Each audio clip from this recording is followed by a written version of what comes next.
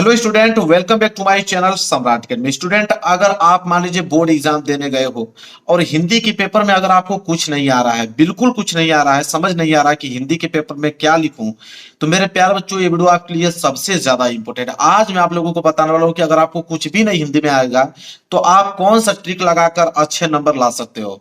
अगर हिंदी का अगर आपको एच भी नहीं आता है ना मेरे प्यारे बच्चों, तो आज की इस वीडियो में मैं ऐसा तरीका बताने वाला हूं कि 100 में मेरे प्यारे बच्चों 100 में कम से कम आप 75 नंबर आसानी से ला पाओगे बिना कुछ पढ़े।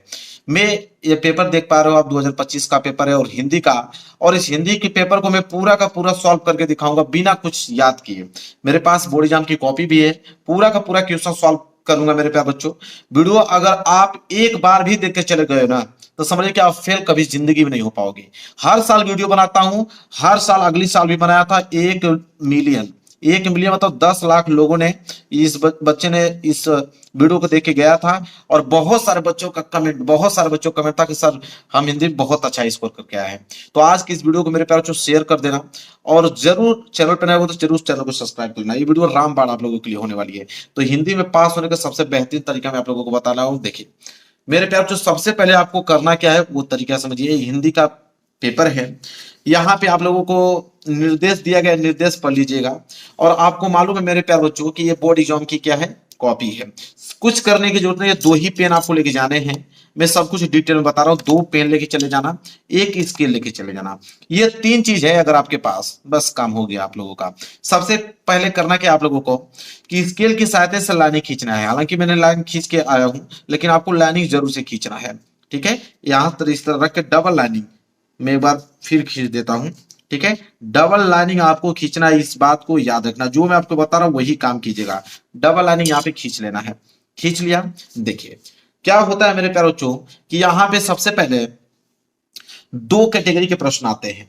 2 कैटेगरी के आपके प्रश्न आते हैं। कौन कौन से मैं यहाँ पे बताता हूँ। देखिए 2 कैटेगरी के प्रश्न आते हैं। एक आपका ऑब्जेक्टिव आता है, एक आपका सब्जेक्टिव आता है। दोनों का ट्रिक बताने वाला हूं। एक आपका ऑब्जेक्टिव क्वेश्चन आएगा करने के लिए, ठीक है, और दूसरा आएगा आप लोगों को सब्जेक्टिव क्वेश्चन, ठीक है, करने के लिए। अब ऑब्जेक्टिव क्वेश्चन का क्या ट्रिक है उसको पहले मैं बताऊंगा, इसके बाद सब्जेक्टिव क्वेश्चन लिख के बताऊंगा आप लोगों को। ऑब्जेक्टिव क्वेश्चन का मैं जो ट्रिक आप लोगों को बताने वाला हूं वो 100% जेन्युइन है मेरे बच्चों। ये नहीं कि ए रंग के चले आओ, बी रंग के चले आओ, सी रंग के चले आओ तो आपका काम बन जाएगा, नहीं, ये तरीका बताने वाला नहीं हूं। मैं आपको जेन्युइन तरीका बताने वाला हूं, ये तरीका काम भी करेगा। लिख के ले लो। देखो ऑब्जेक्टिव क्वेश्चन का तरीका, पहला कंडीशंस मेरे प्यारे बच्चों क्या है ऑब्जेक्टिव क्वेश्चन का, कि अगर आपको 4 ऑप्शन दिए होते हैं, option A, option B, option C और ऑप्शन डी। ऑब्जेक्टिव में यही होता है 4 ऑप्शन। इन्हीं 4 ऑप्शन में से कोई ना कोई एक ऑप्शन सही होता है। 4 कंडीशंस बनता है, उसको नोट कर लो। पहला कंडीशन नंबर पहला, अगर आपके ऑप्शन में अगर आपको ए और बी दिया रहे, अगर आपके ऑप्शन में ए और बी अगर दिया रहे, तो समझ लो कि आंख बंद करके मेरे प्यारे बच्चों इस पे क्लिक कर देना कि ए और बी होता है ना, कि ऑप्शन ए और बी दोनों सही हैं। तो आंख बंद करके उस पे आप क्या कर देना, सही कर देना।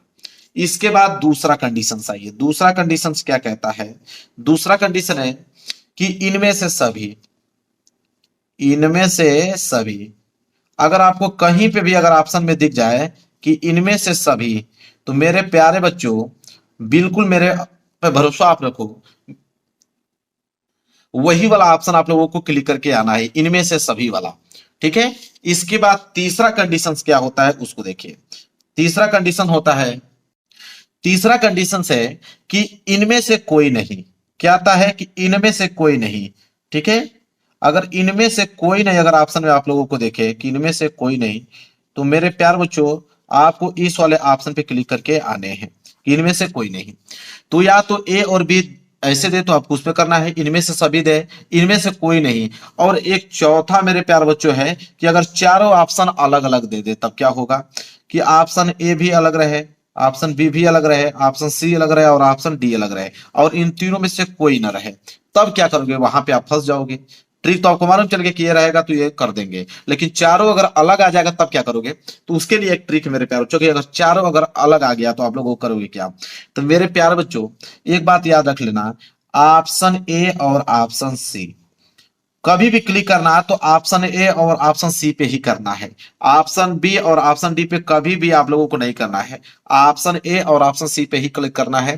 ठीक है, जो मन करे वो कर दीजिएगा। या तो ऑप्शन ए का मन कर रहा है तो ऑप्शन ए कर देना, ऑप्शन सी का मन कर रहा है तो ऑप्शन सी कर देना। ये है आप लोगों को ऑब्जेक्टिव क्वेश्चन। गारंटी लेता हूं कि 95% क्वेश्चन जो है आप लोगों के इस ट्रिक से क्या हो जाएंगे, सही हो जाएंगे। ये आपके हैं ऑब्जेक्टिव क्वेश्चन। बिना कुछ पढ़े और बिना याद किए तुक्का मारने का ट्रिक। मेरे प्यार बच्चों, ऑब्जेक्टिव क्वेश्चन का मैं इतना बेहतरीन तरीका मैं लेके आया हूं। ठीक है, सही मारने का मेरे प्यार बच्चों 7 तरीका।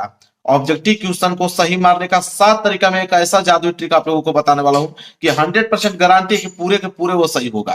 पूरे के पूरे एनालिसिस के बाद मैंने ये वीडियो बनाया मेरे प्यार बच्चों। बहुत सारे मैंने यहाँ पे पेपर को एनालिसिस करके 5 वर्षों का मैंने पेपर एनालिसिस करके इस ट्रिक की मदद से मैं आप लोगों को बताने वाला हूं कि आप 100% वो जेन्युइन तरीका बताने वाला हूं कि 7 अगर तरीका होता है किसी भी ऑब्जेक्टिव क्वेश्चन करने का। मैंने अभी तक जो 5 वर्षों का प्रीवियस पेपर वहां पे एनालिसिस करने से जो मुझे सीख मिली है वो 7 तरीका का मैं लेके आया हूं। 7 तरीके अगर आप अपना लेते हो 100% गारंटी के पूरे आप लोगों को नंबर मिलेंगे। और रहेगी बात ऐसा वीडियो देखने का, तो ऐसा वीडियो आपको कहीं नहीं मिलेगा। मेरे सिवा आप लोगों को कोई ऐसा वीडियो आप लोगों को प्रोवाइड नहीं कर सकता है। तो तुक्का मारने का मेरे प्यारों जो ट्रिक है वो बिल्कुल जेन्युइन है, 100% वो वर्क करेगा। मैं पूरा का पूरा आप लोगों को लाइव प्रूफ दिखाने वाला हूं। हर एक क्वेश्चन का, हर एक क्वेश्चन के पीछे लॉजिक है मेरे प्यार बच्चों, और जरूर से जरूर वो सही होगा और 100% एग्जाम में काम करेगा मेरे प्यार बच्चों। इस बात की मेरी गारंटी है और पूरे के पूरे अंक आप ऑब्जेक्टिव क्वेश्चन में ला सकते हो। तो वीडियो को शेयर करना मेरे प्यार बच्चों। और इस वीडियो पे मैंने 5000 टारगेट लाइक रखा है क्योंकि बहुत मेहनत से वीडियो मैंने बनाया है। ये ऐसा नहीं कि फालतू का वीडियो ऐसे बना दिया। ऑब्जेक्टिव क्वेश्चन का एनालिसिस करके मैं बनाया हूं कि 90% मेरा प्यारा बच्चों चांस है 90% में सही आप लोगों का क्वेश्चन करा दूंगा। ऑब्जेक्टिव क्वेश्चन का वादा है मेरा, 90% क्वेश्चन में सही करा दूंगा। बस 7 आप लोगों को ट्रिक जानना है। 7 ट्रिक अगर आप जान गए तो आप ऑब्जेक्टिव क्वेश्चन के सारे क्वेश्चन कर पाओगे। तो चलिए मेरे प्यारे बच्चों, वीडियो को लाइक कर देना, चैनल पर नए हो तो चैनल को जरूर सब्सक्राइब कर लेना मेरे प्यारे बच्चों। और 5000 टारगेट मेरे यहाँ पे लाइक का रखा हुआ है जो कि आप लोगों को पूरा कराना है क्योंकि बहुत मेहनत से ये वीडियो मैंने बनाया हुआ है। तो देखिए, सबसे पहला रूल नंबर फर्स्ट की तरफ जाते हैं, उससे पहले लाइक जरूर कर देना आप लोग। देखिए रूल नंबर पहला क्या कहता है, ध्यान से आप समझने का प्रयास कीजिएगा। रूल नंबर फर्स्ट मेरे प्यारे बच्चों ये कहता है कि अगर आपके एग्जाम में, ध्यान से एक एक वर्ड समझना, अगर आपके एग्जाम में कोई प्रश्न अगर सन वाला दे दे, ठीक है, या ईस्वी वाला आए तो वहां ये ट्रिक लगा देना। और सभी सब्जेक्ट के लिए बताऊंगा, ऑल सब्जेक्ट के लिए मेरे प्यारे बच्चों, ऑल सब्जेक्ट के लिए ट्रिक है, चाहे वो गणित हो, चाहे इंग्लिश हो, चाहे सामाजिक विज्ञान हो, चाहे हिंदी हो, हर एक सब्जेक्ट के लिए। तो यह जो सन वाला है मेरे प्यारों बच्चों, ये हिंदी में काम आएगा। सन और ईस्वी वाला प्रश्न हिंदी में आता है। तो जब भी सन और ईस्वी वाला प्रश्न आए तो कौन सा ट्रिक लगाओगे, देखो ध्यान से। जैसे बोला है यहाँ पे जयशंकर प्रसाद का निधन कब हुआ था। अब यहाँ पे 4 ऑप्शन दे दिया कि 1951 में, 1937 में, 1940 में, 1943 में। अब इन्हीं चारों में से कोई ना कोई एक ऑप्शन सही है। ठीक है, तो अगर सन और ईस्वी वाला दे दे तो कौन सा ट्रिक आप लगाओगे कि जिससे आप लोगों का आंसर बिल्कुल करेक्ट हो जाएगा, तो उसको आप सीखिए।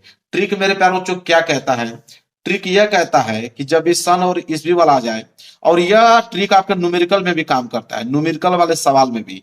तो या तो सन और ईस्वी वाला प्रश्न दे दे या न्यूमेरिकल आपका दे दे। फिजिक्स में न्यूमेरिकल आता है तो फिजिक्स का न्यूमेरिकल दे दे या केमिस्ट्री का न्यूमेरिकल दे दे, तो उस समय हम लोग बड़ा और छोटा वाला का ट्रिक लगाते हैं। बड़ा और छोटा, तो हम क्या करेंगे कि इन चारों ऑप्शनों में से बड़ा और छोटा देखेंगे।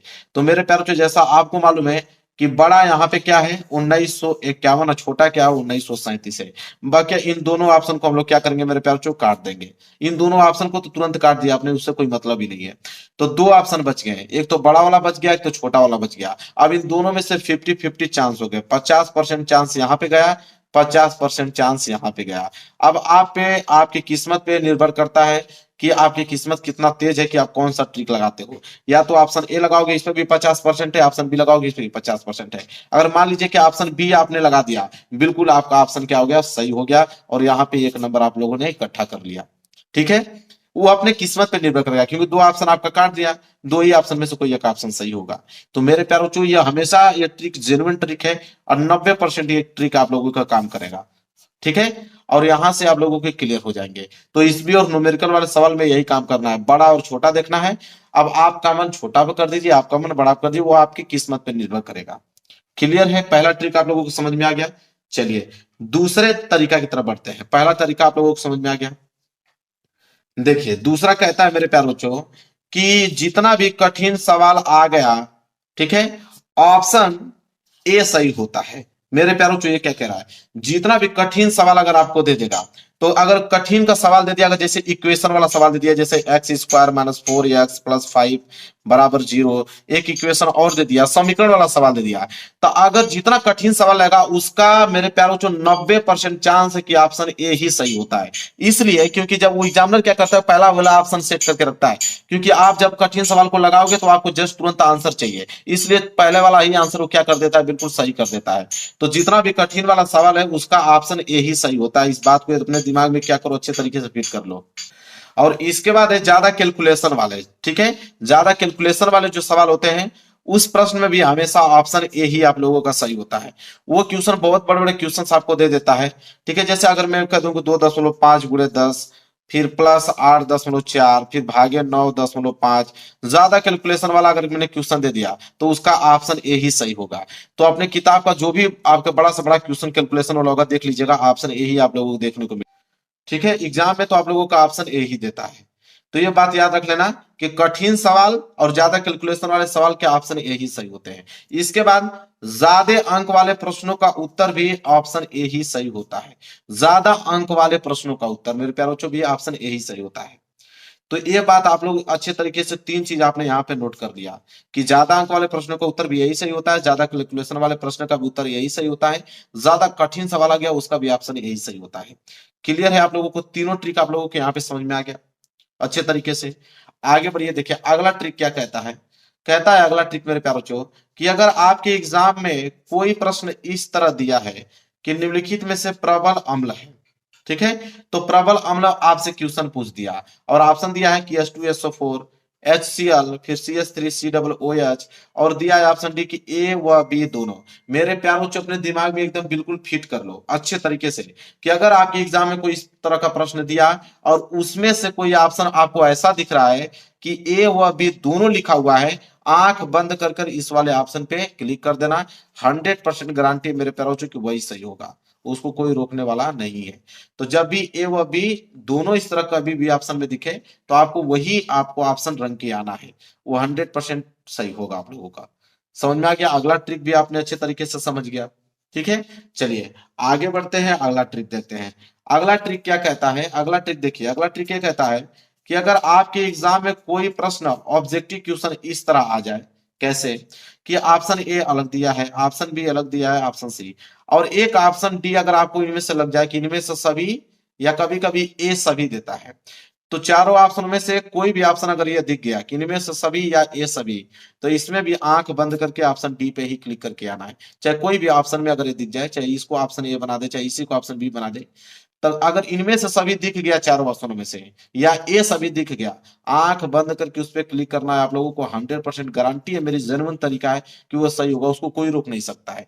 ये सारे तरीके जो है पूरे जेन्युइन है मेरे प्यारों, जो सिद्ध किए हुए हैं, मैं तो इतना एनालिसिस करके ये वीडियो बनाया हुआ हूँ, ठीक है, बस आप बस उसको फॉलो कर लीजिएगा, ठीक है। अगर ऑब्जेक्टिव क्वेश्चन नहीं आता, ये ट्रिक लगा देना, 100% पास हो जाओगे, गारंटी है मेरा।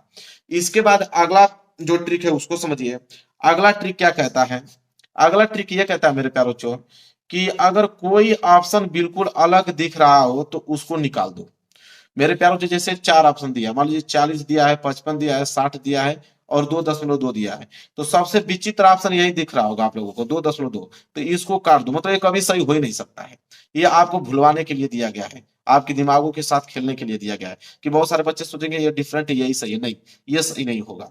तो या तो यहाँ पे ऑप्शन ए बी सही होगा या यहाँ पे बी सी सही होगा।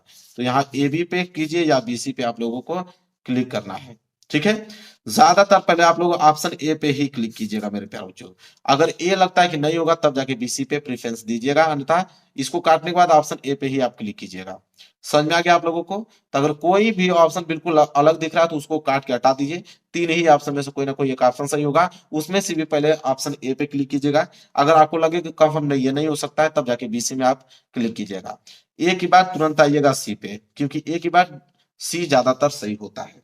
तो ये सारी चीजें आपको बिल्कुल याद होनी चाहिए, क्योंकि मुझे इसलिए याद है क्योंकि मैंने इतना प्रैक्टिस कर रखा है इन चीजों पे कि मुझे मालूम चल जाता है कि कौन सा ऑप्शन सही होने वाला है।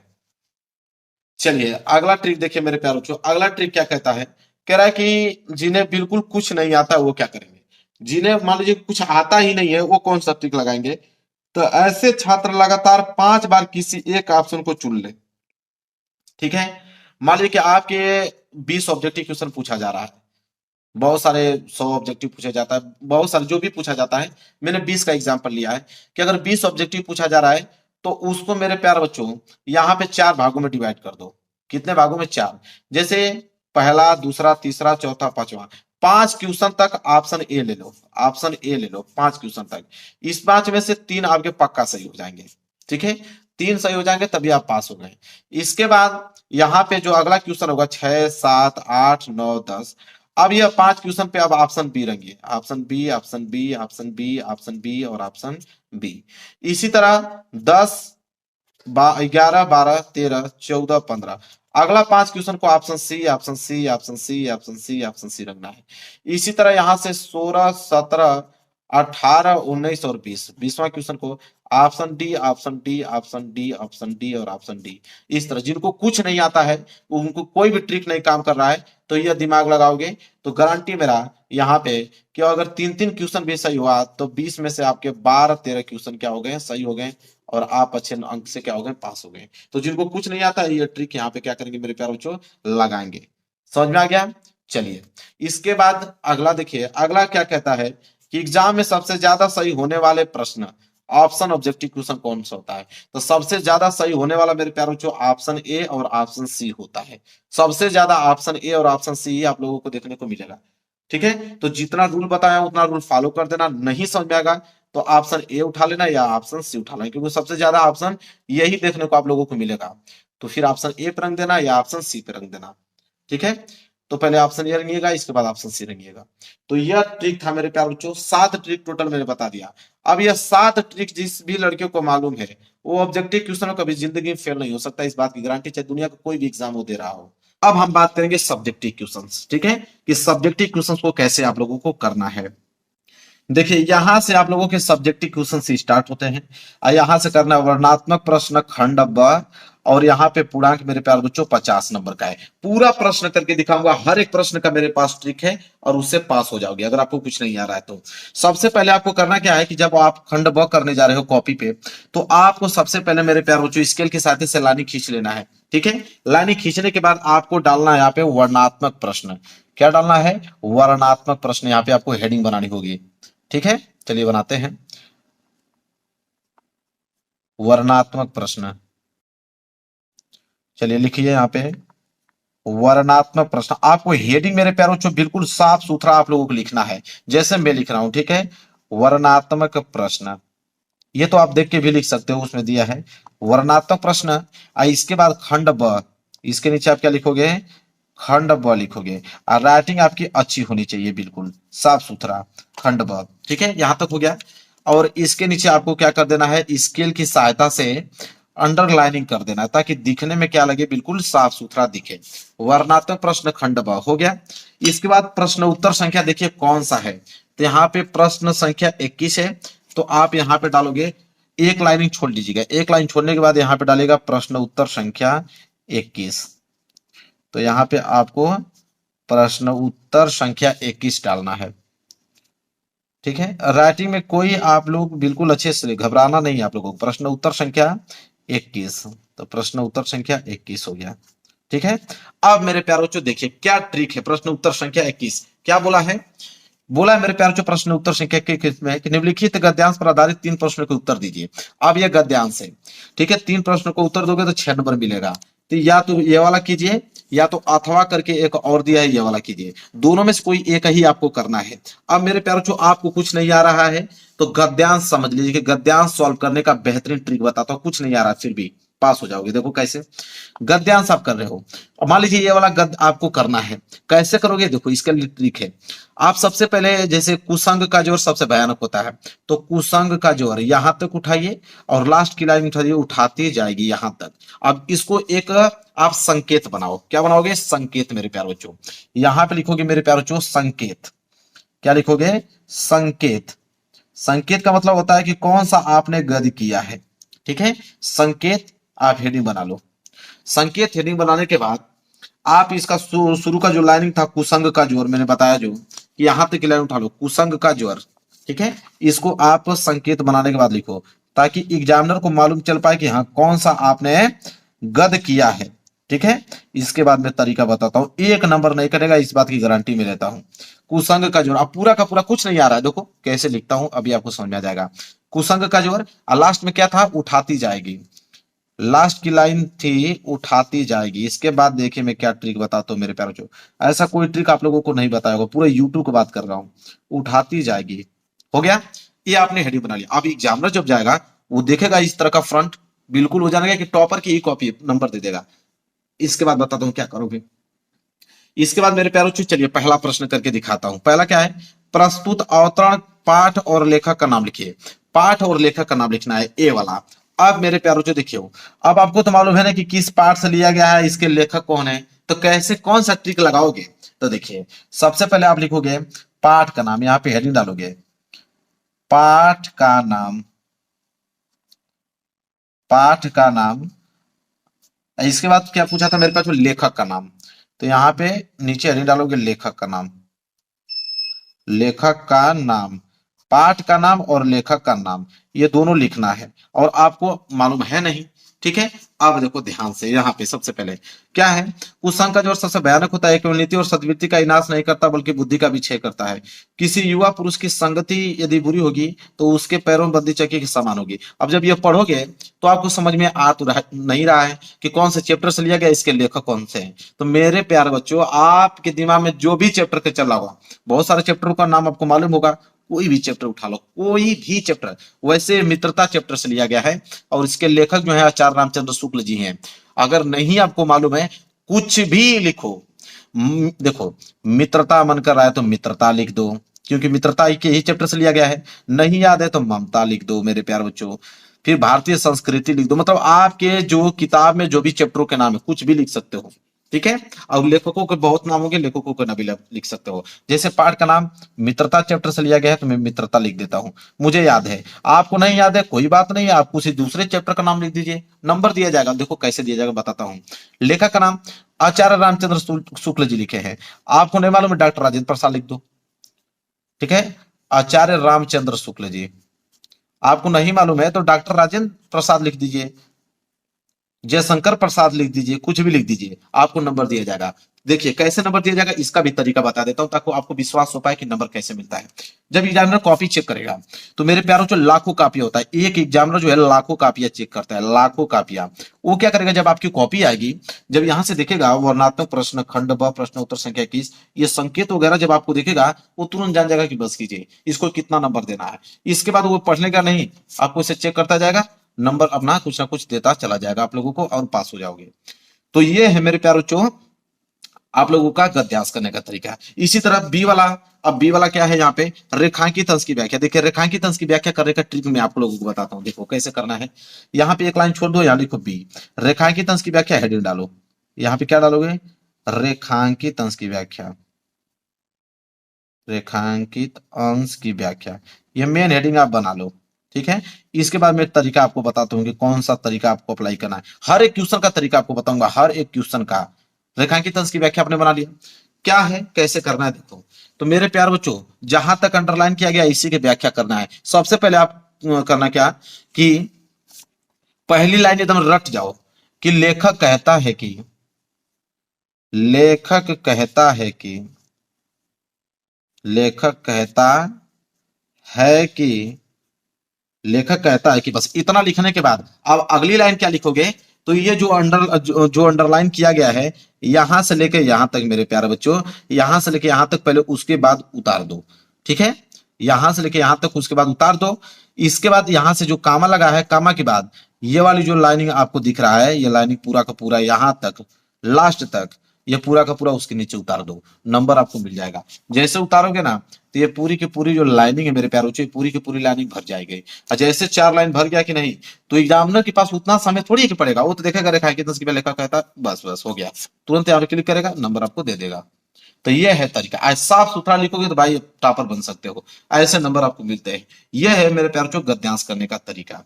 समझ में आ गया आप लोगों को कैसे गद्यांश किया जाता है। चलिए, गद्यांश करने का तरीका आपको मालूम चल गया होगा मेरे प्यारे बच्चों। आगे बढ़ते हैं, अगला प्रश्न देखते हैं। अगला प्रश्न का तरीका सीखते हैं। पद्यांश, पद्यांश में भी वही है मेरे प्यारे बच्चों, गद करो चाहे पद करो, पद्यांश में भी वही। आप लोग संकेत वगैरह, प्रश्न उत्तर संख्या 22, संकेत लिख देना चरण कमल, और लास्ट का तिहाई लिख देना, और इसके बाद अपना संदर्भ में लिख देना, पाठ का नाम, लेखक का नाम अपने से बनाकर, कुछ भी नहीं याद कुछ भी लिख दो।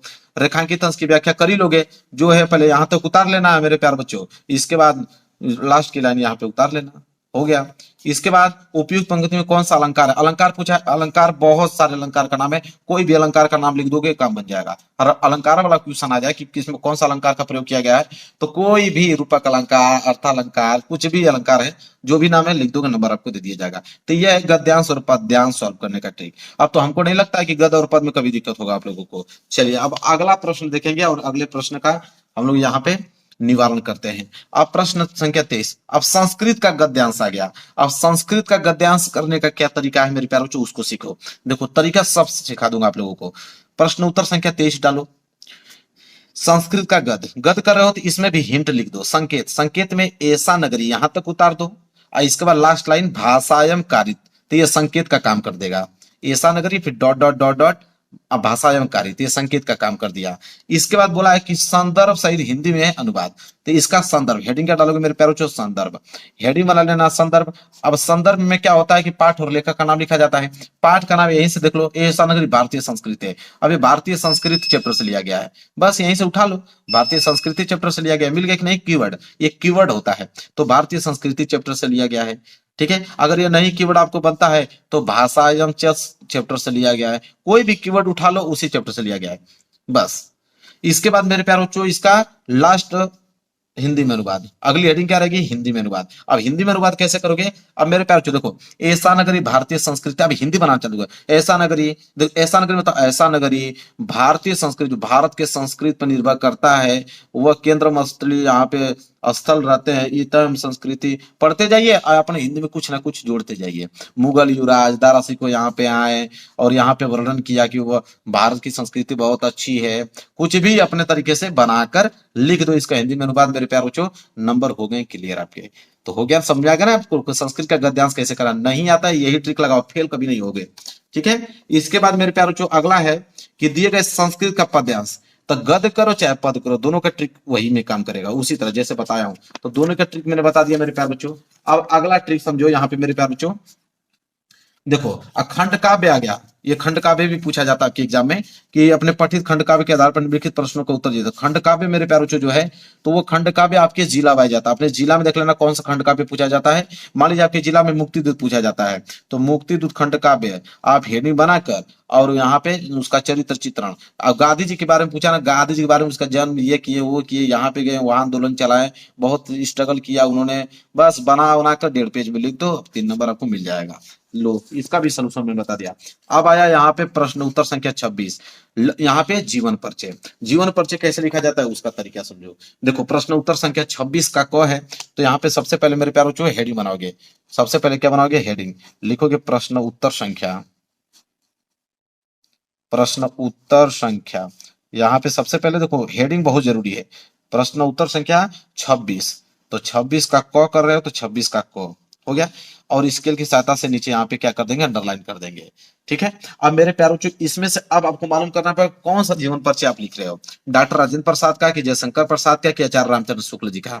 तो तीनों में से मान लीजिए कि आचार्य राम शुक्ल का आपको जीवन परिचय लिखना है, और आपको मालूम है नहीं कि कब जन्म हुआ, कब क्या हुआ, कैसे लिखोगे उसका तरीका समझो मेरे प्यारों। देखो तो तीसरा वाला आचार्य रामचंद्र शुक्ल, तीसरा कर रहे हो ना, तो यहाँ पे हेडिंग बनाओगे तीसरा, तीसरा, और लिखोगे आचार्य रामचंद्र शुक्ल। जो बता रहा हूं मेरे प्यारों, अगर ऐसे आपने कर दिया कभी जिंदगी में फेल नहीं हो पाओगे।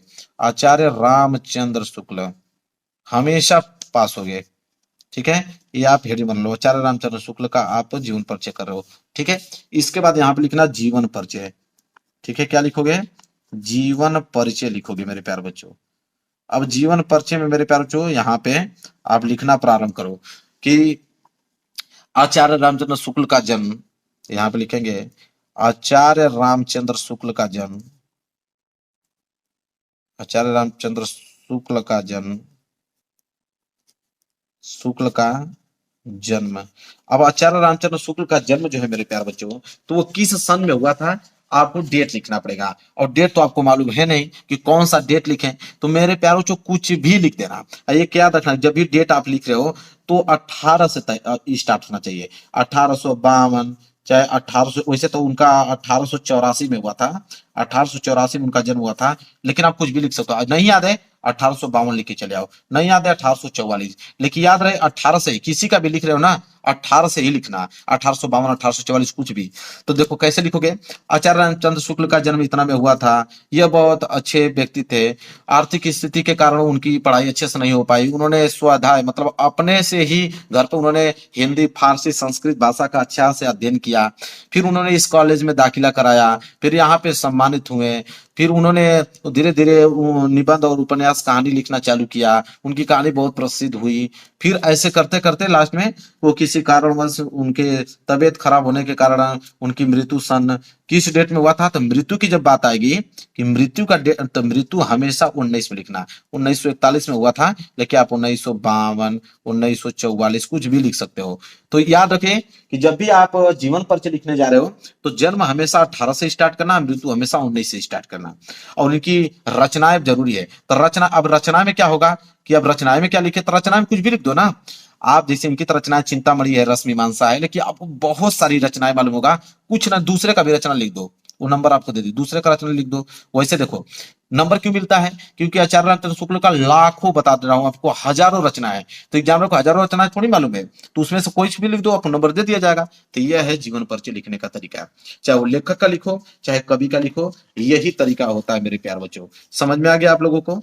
तो जीवन परिचय का भी ट्रिक मैंने आप लोगों को बता दिया, चाहे वो लेखक के हो चाहे नीचे आपका कवि का दिया हो, दोनों में यही ट्रिक काम करने वाला है। इसके बाद मेरे प्यार बच्चों दिया है, अपने पाठ्य पुस्तक में से कंठस्थ कोई एक श्लोक लिखिए जो इस प्रश्न पत्र में न आया हो। तो ये तो बोल दिया है कि जो इस प्रश्न पत्र में न आया हो, ठीक है। अब आपको श्लोक कहां से लिखना है उसको तरीका समझो, जो इस प्रश्न पत्र में न आया हो अलग से आपको लिखना होगा, ठीक है। जैसे मेरे प्यार बच्चों ये वाला प्रश्न था ना, प्रश्न नंबर 24 देखिए, तो ये संस्कृत का पद्यांश ही श्लोक कहलाता है। तो ये नहीं कि यही वाला श्लोक लिख दे, अगर ये वाला श्लोक लिख दोगे तो आपको एग्जाम में 1 नंबर आप लोगों को नहीं देगा, ठीक है। तो ये नहीं लिखना है, इन दोनों से हट के लिखना है। लिखोगे कैसे वो समझो, मैं तरीका बताता हूँ। देखो अगर आपको श्लोक लिखना है मेरे प्यारे बच्चों, तो देखिए मान लीजिए यहाँ पे 4 लाइन का श्लोक लिखना है, तो श्लोक आप कहां से लिखोगे, ये जो संस्कृत का गद्यांश दिया है, तो इसी गद्यांश में से देखिए अथवा करके भी तो कुछ ना कुछ दिया है। तो देखो मानव जीवन से संक्रमण संस्कृति, ये पहली लाइन हो गया, उसके जस्ट नीचे लिखना है अस्कार पूर्वा मानव जीवन संस्कृति, ये दूसरी लाइन हो गया। उसके नीचे लिखना है महानता प्रयत्नम अकुर्वन्, ये तीसरी लाइन हो गया। और उसके नीचे लिखना है तो अस्माका जीवन संस्करण, 4 लाइन बन गया।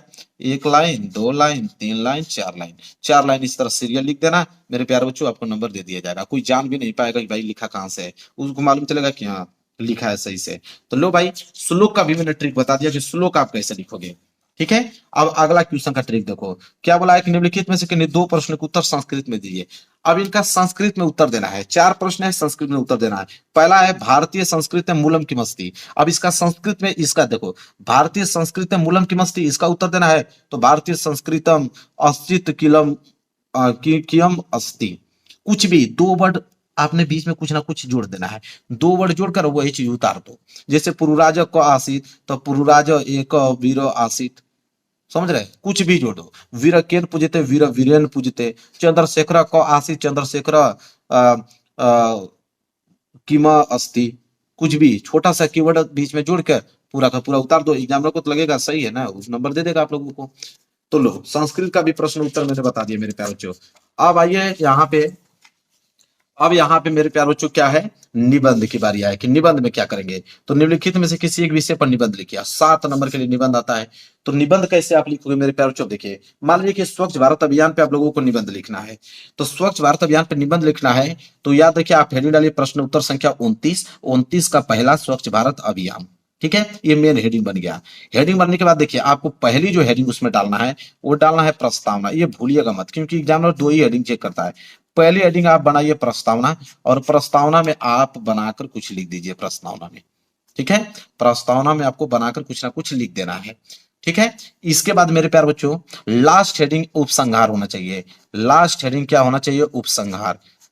तो पहली हेडिंग प्रस्तावना और लास्ट हेडिंग उपसंहार, यही दो हेडिंग एग्जामिनर देखता है। अगर आपने ये डाला है तो आपको नंबर पूरे दे दिए जाएंगे। आप बीच में कुछ ना कुछ आपको बनाते चलना है, जैसे विज्ञान वरदान है अभिशाप के बारे में, प्रदूषण की समस्या तथा समाधान, तो उसका प्रदूषण कितने प्रकार के होता है उसका हेडिंग बना बना के लिख देना। स्वच्छ भारत अभियान में लिख देना गांधी जी ने चलाया था, तो ये है वो है, कुछ ना कुछ बनाकर उसमें लिखना है। लेकिन दो हेडिंग होना चाहिए, पहला प्रस्तावना और लास्ट वाली उपसंहार। बीच में कुछ भी हेडिंग बना के लिखो, कोई फर्क नहीं पड़ता है। ये दो हेडिंग एग्जामिनर देखता है। तो ये तरीका होता है निबंध वाला। और लास्ट वाला तरीका यहाँ पे क्या है मेरे प्यार बच्चों, यहाँ पे दे दिया पत्र लेखन। अब पत्र लेखन किसी भी चीज पे दे सकता है, कुछ भी दे पत्र लेखन। पत्र लेखन का तरीका मेरे प्यार बच्चों, बस आपको स्ट्रक्चर मालूम चल होना चाहिए। मतलब यहाँ पे मेरे प्यार बच्चों, एड्रेस, सबसे पहले आप यहाँ पे क्या लिखेंगे, एड्रेस। एड्रेस आप लिख लीजिएगा, ठीक है, कि कहाँ पे आपको भेजना है, ठीक है, किसको पत्र लिख रहे हो, ठीक है, एड्रेस मायने रखता है। एड्रेस के बाद यहाँ पे लिखेंगे सेवा में, सेवा में या महोदय, ठीक है, सेवा में महोदय लिख दीजिए, कामा लगा दीजिए। फिर यहां से लिखिए सविनय निवेदन है कि, ये लाइन याद कर लो, सविनय निवेदन है कि, सविनय निवेदन है कि। अब यहां से लिखना प्रारंभ करो, किसी भी टॉपिक पे दे रहा है यहां से लिखना आप चालू कीजिए बनाकर, कुछ भी जो भी टॉपिक पे दिया होगा उसका कंडीशन अपने से लिख ही पाओगे, ठीक है। और यहाँ पे आपको लिखना है कि आपका आज्ञाकारी, देखिए आपका आज्ञाकारी चाहे सहकारी, आपका आज्ञाकारी चाहे सहकारी, ये दो कीवर्ड याद कर लो, आपका आज्ञाकारी। और यहाँ पे नाम नहीं लिखना आप लोगों को, क ख ग लिखना है। बस ये स्टिक के बीच में कुछ भी लिख दो, आपको नंबर दे दिए जाएंगे मेरे प्यारे बच्चों। क्लियर है, ये काम करना पूरा का पूरा पेपर का मैंने यहाँ पे ट्रिक बता दिया। अगर ये ट्रिक अप्लाई करते हो मेरे प्यारे बच्चों, तब 75 नंबर कहीं नहीं गए आपके एग्जाम में, खूब आराम से। लेकिन राइटिंग आपकी अच्छी होनी चाहिए, राइटिंग जो भी लिख रहे हो तो साफ सुथरा लिखो, उस पे राइटिंग पे निर्भर करता है। राइटिंग जितना फ्रेश लिखे रहोगे, गलत ही लिखे रहोगे, नंबर आपको दे दिए जाएंगे। बाकी तरीका मैंने बता दिया है। अब इतना बेहतरीन तरीका पूरा यूट्यूब पे कोई नहीं बताया होगा। वीडियो को लाइक कर देना, चैनल पे नए हो तो चैनल को जरूर सब्सक्राइब कर लेना। मिलेंगे एक प्यारे से नेक्स्ट वीडियो मेरे प्यारे बच्चों, तब तक के लिए धन्यवाद।